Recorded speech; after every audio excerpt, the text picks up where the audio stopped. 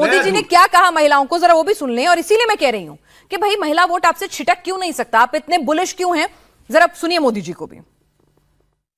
साथियों, बेटियों की पढ़ाई, कमाई, दवाई, सुरक्षा और सुनवाई, ये बीजेपी की प्राथमिकता है।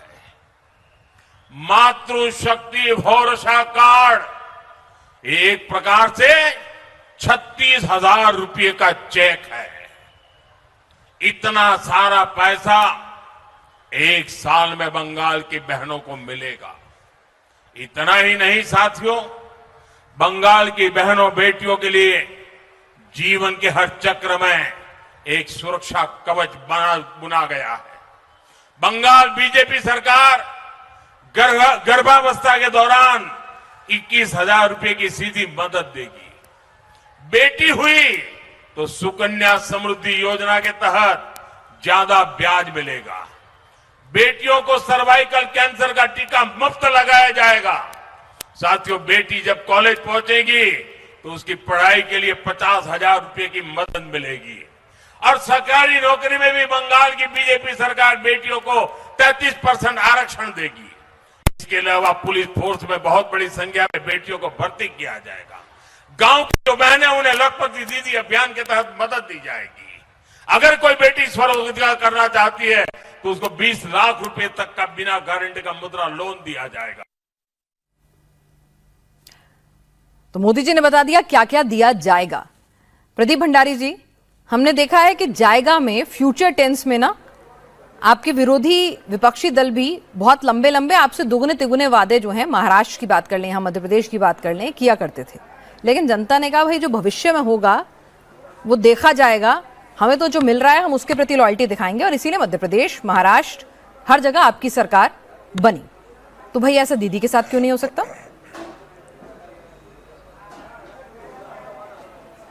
पिनाश जी, क्योंकि जनता जानती है कि ममता बनर्जी और तृणमूल कांग्रेस अगर एक हाथ से देती है तो दूसरे हाथ से लेती है। भाई अगर आप मुझे बताइए, पश्चिम बंगाल के घर की माँ की बेटी की सुरक्षा नहीं होगी तो फिर किस तरीके की बात तृणमूल कांग्रेस करेगी? वो जानती है कि भारतीय जनता पार्टी के अंदर पश्चिम बंगाल के अलावा अगर आप देखें खाते के अंदर, उड़ीसा में खाते के अंदर हर महिला के खाते के अंदर नकद राशि आती है, हरियाणा के अंदर हर महिला के खाते के अंदर नकद राशि आती है, महाराष्ट्र के अंदर हर महिला के खाते के अंदर नकद राशि आती है। तो जब बंगाल की महिला देखेगी कि हर तरफ भारतीय जनता पार्टी नकद राशि देती जिससे महिलाओं का उत्थान हो, साथ में सुरक्षा भी देती है। उत्तर प्रदेश के अंदर अगर कोई भी गुंडा बाहर घूमता है, महिला के ऊपर आंख उठा के देखता है तो उसको उल्टा लटका के उसके घर पे बुलडोजर चला दिया जाता है। पश्चिम बंगाल की महिला के आंख ऊपर उठा के कोई देखेगा तो हर टीएमसी के गुंडे को बस भारतीय जनता पार्टी की सरकार जो है कानूनी रूप से उसका इलाज करेगी। अब मैं 10 सेकंड की बात करना चाहूंगा। उन्होंने बोला महिला की बात, भाई 33% रिजर्वेशन सीआरपीएफ के अंदर देने वाला काम तो बीजेपी ने किया है।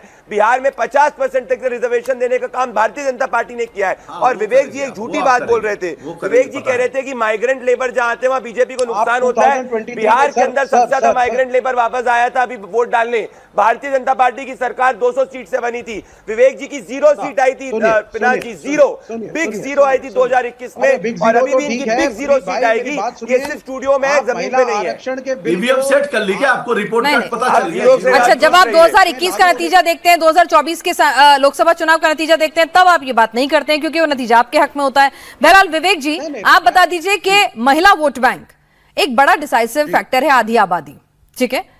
तो भाई आप लोग बुलिश हैं, ट्रेड यूनियंस, पुराने कारखाने, इंडस्ट्रियल बेल्ट, एक लेफ्ट की सोच वाली जो पूरी की पूरी एक पुरानी परंपरागत आपका वोट बैंक है। महिलाओं के लिए क्या? मैडम, ये बिल जो 2023 में पास हुआ है, ये सबसे पहले 1990 के दशक में Geeta Mukherjee, 7 times member of the parliament of CPI, उन्होंने इसका ड्राफ्ट बना के प्रस्तुत किया था।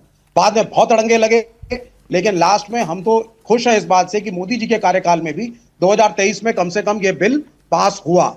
लेकिन इस सरकार की नीयत ठीक नहीं है, क्योंकि 543 मेंबर पार्लियामेंट्स, अरे सुनिए 543 मेंबर पार्लियामेंट्स जो हैं, मुझे शर्मिंदगी के साथ कहना है, whatever be the party, it is totally male dominated.